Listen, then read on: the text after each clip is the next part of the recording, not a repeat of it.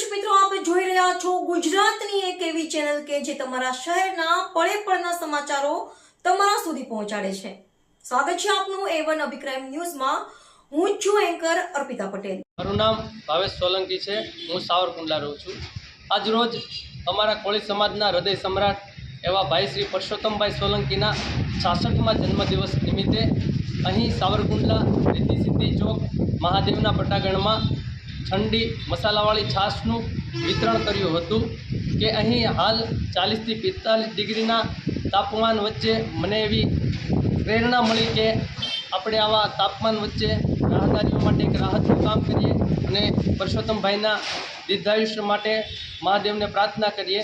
એ માટે અહીંના લોકોને છાશ વિતરણ કર્યું હતું અને આ ભગીરથ કાર્યમાં હું અને અમારા સમાજના આગેવાનો તથા મારા મિત્રો, અમારી પૂરી ટીમે પૂરી મહેનતથી આ કાર્ય પૂર્ણ કર્યું।